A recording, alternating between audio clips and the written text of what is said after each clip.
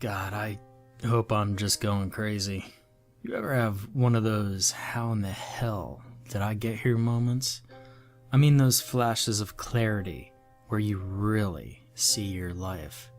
You look in the mirror and you're so far removed from the person you dreamed of being when you were a kid that you're stunned speechless. Mine happened about a year ago, a week or two before Thanksgiving, when I woke up in the hospital.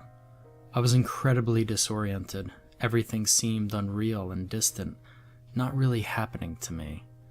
Like I was dreaming, or an avatar in a video game. Maybe it was because I already felt so disconnected. Maybe it was the terrifying reminder of my own mortality. But it felt like I was seeing myself with a stranger's eyes. Waves of shame and self-hatred rolled over me in that hospital bed, and I vowed to change my life. I'd made similar resolutions before and failed miserably, but this time was different. This time, the change was nearly effortless. Old habits evaporated, old temptations lost all allure.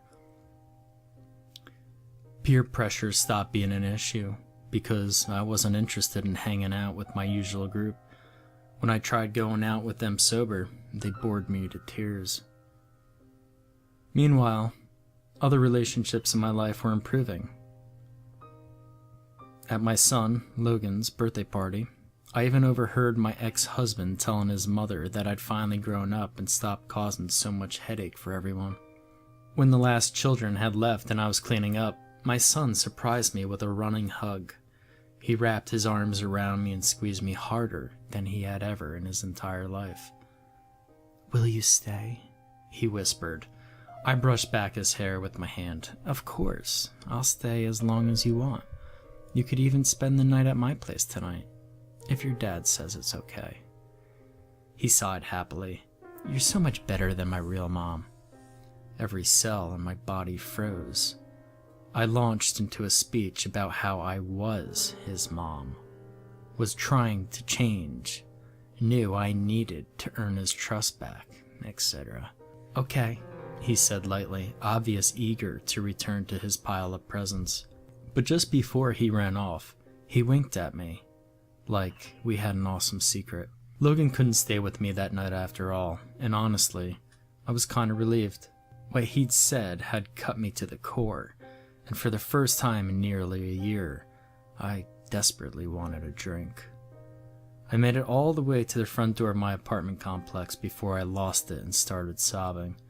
I was fumbling around in my purse for my keys, trying to see through a glaze of tears, when Sam put his hand on my shoulder. You see, Sam had lived in an apartment next to mine for years. Before my epiphany, I'd barely spared him a glance, but after, I'd found myself choking on cartoon butterflies whenever he passed by. I'd never had to chase a guy before. It's not that I'm Angelina Jolie or anything. It's just that I used to spend an enormous amount of time and money making myself look nothing like myself. You've seen the old me, or one of the countless clones. A golem of silicone and acrylic, spangles and bleach. It was a lot like being a zombie, I suppose. You could barely move for the fear that the parts of you will fall off. Back on point. I've been trying to catch Sam's eye for months, and I was terrible at it.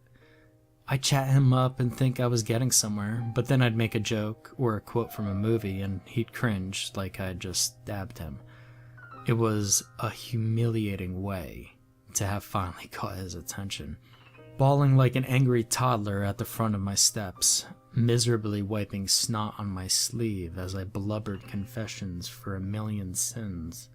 Sam listened patiently, only stopping me once to suggest we get out of the cold and continue talking in his apartment. He drank me under the table. I lost all my tolerance in a year of sobriety, but Sam definitely didn't have that problem. When I got up to get us both another, it was easy to see why. His refrigerator looked like mine used to, boasting the 4 food groups of beer, liquor, takeout, and antique condiments. "Did your roommate move out?" I asked, carrying our beers back from his kitchen. "She was a big cook, right? I used to walk by her place around dinner time and drool." "She wasn't my roommate," he said quietly. "She was my wife."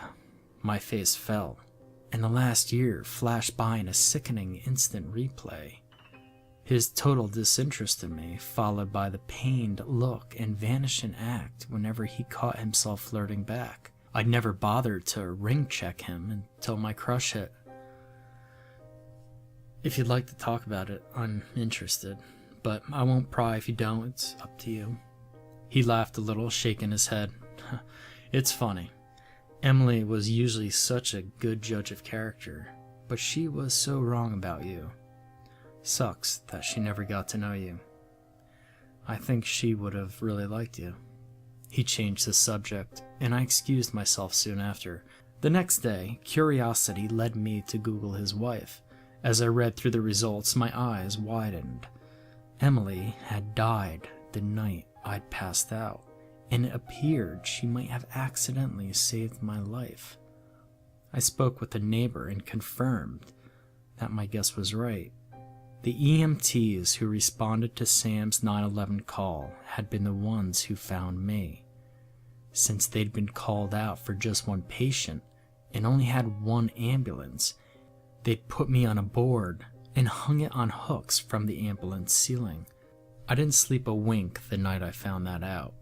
My stupid drunk ass had hung there a few feet above the worst moment of Sam's life and the last ones of Emily's. The ultimate third wheel, intruding on something incredibly private and intimate. I laid in my bed, staring at the ceiling, imagining what it must have been like for Emily, staring up at a woman she thought was a total waste, knowing that I'd wake up and she never would. I blushed against my pillow, thinking of how I'd hit on him so soon after her death. I couldn't believe he'd end up comforting me. I swore to never flirt with Sam again, and I kept that promise, even as we became friendlier and wound up with a weekly TV and Chinese food appointment. I didn't mean to get him a Christmas present. I'd considered it, but written it off as over the line. Then I went thrifting and saw this pocket knife. It wasn't anything flashy, but something about it just said Sam to me. When I picked it up and examined it, the owner came up behind me.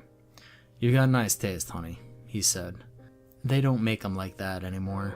And I smiled, because that's how I felt about Sam. But when Sam opened the gift, his face went white. "Did I tell you about this that night I was so drunk?" he murmured, picking up the knife and turning it in his large fingers. I must have. Sam had inherited one exactly like it from his grandfather. It had gotten lost when he and Emily moved into the building, and he felt awful about it. "Oh, crap. I'm sorry, I didn't mean to bring up bad memories." No, this is great. I've been trying to find one for a long time, thank you." I think he meant to peck me on the cheek, but it landed on the corner of my mouth, and the next thing I knew, he was kissing me for real. It was amazing for about 10 seconds, and then he sprang off the couch, stammering that he was sorry and that he'd been overcome. And then it just poured out of him. He told me how much I reminded him of Emily, and how being with me was so much like being with her that it broke his heart. "You say things she said. You quote movies she used to quote. Jesus, you wear some of the same clothes. Who puts this green shit on Triscuits? Nobody I've ever met. Except you and her." I didn't reply. I couldn't reply. "I shouldn't have kissed you. My therapist said..." He broke off with a disgusted noise, sighing deeply before continuing. "I just don't think I can go over her and do this. The dinner's with you. I'm not moving on. I'm just pretending I don't have to." He apologized again, and then he was gone. I stared at the door like an idiot for a few seconds, letting that sink in.